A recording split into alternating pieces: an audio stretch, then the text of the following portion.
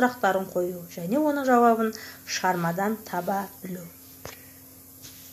Ал балалар, мен сендерді шығармамен таныстырмас бұрын бірінші елік туралы түсінік бере өтейін. Елік бұл бұғы тұқымдасына жататын жануар. Аяқтары жіңішке әрі ұзын болады.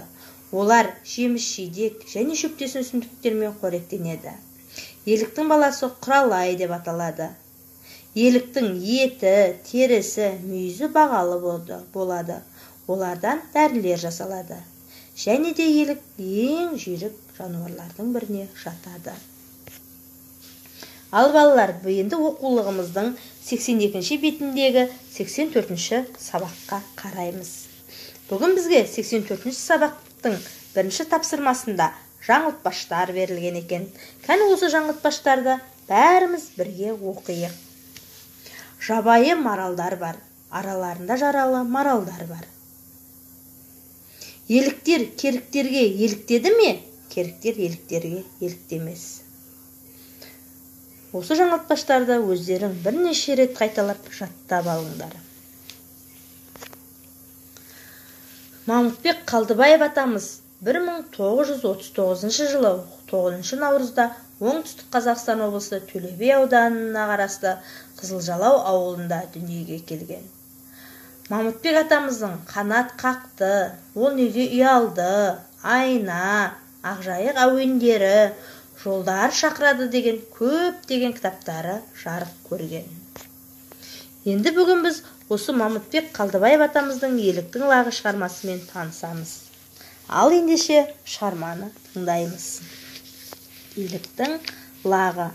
Аспан шайдай ашық. Таңғы таза ауа дене тоңазытады. Жалғыз аяқ жолмен таяқ ұстаған, иығына мылтық, дүрбі асынған, беліне торсық байлаған бір адам келеді. Ол Түймебай деген аңшы.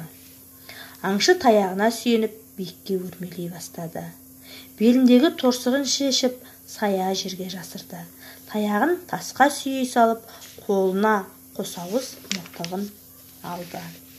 Қарсы алдынан бір нәрсе қараңдағандай болды.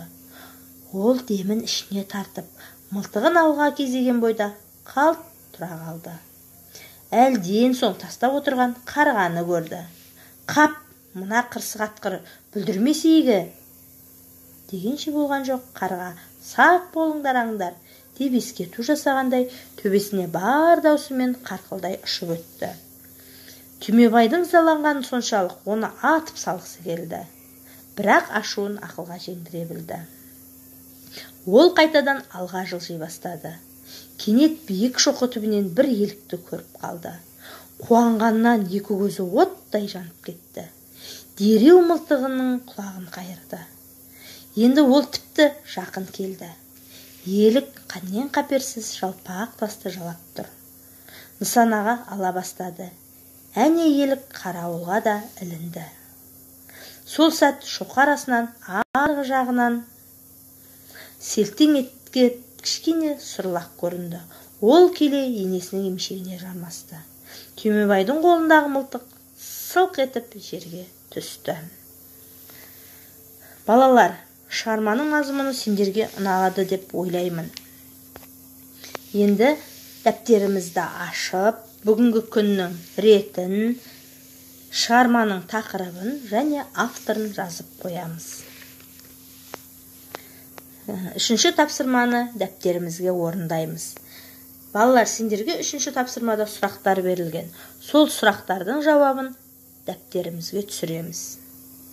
Аңшы қалай келе жатты? Аңшының аты кім? Аңшы не көрді? Аңшы не себепті